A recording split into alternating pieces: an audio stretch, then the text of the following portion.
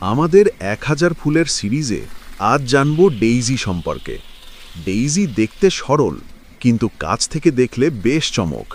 মাঝখানে সোনালি ডিস্ক আর চারপাশে সাদা বা হালকা রঙের রে পাপড়ি মিলে এক ধরনের সমষ্টি ফুল তৈরি করে, যাকে কম্পোজিট হেড বলা হয়। ইংলিশ ডেইজি বা বেলিস পেরেনিস এর নামের উৎস মজার। পুরনো ইংরেজি ডেজ আই, কারণ সূর্য উঠলে ফুলটা খুলে যায় আর সন্ধ্যায় বা রাতে আংশিক বন্ধ হয়ে আসে, তাই যেন দিনের চোখ খুলে বন্ধ হচ্ছে। ডেইজির সাধারণত জন্মায় খোলা ঘাসভূমি, মাঠের ধারে, রাস্তার পাশ বা লন, মানে আলো বাতাসওয়ালা জায়গা।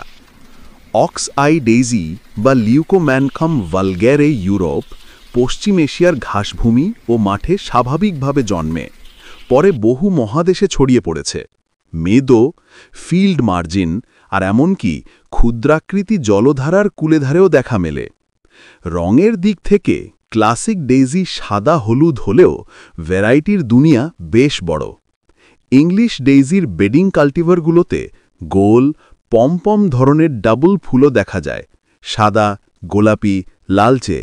আবার গারবেরা বা আফ্রিকান ডেইজি রঙের দারুণ বৈচিত্র্য দেখায়, হলুদ, সাদা, গোলাপি, লাল, কমলা, ল্যাভেন্ডার, এমনকি দ্বিরঙাও।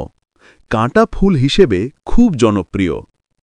শাস্তা আর অক্স আই, এই দুই ডেইজি টাইপ বাগানেও বহুল দেখা যায়। অর্থ বা প্রতীকের দিক থেকে ডেইজি অনেক সংস্কৃতিতে সরলতা, পবিত্রতা, নতুন শুরুর ইঙ্গিত বহন করে।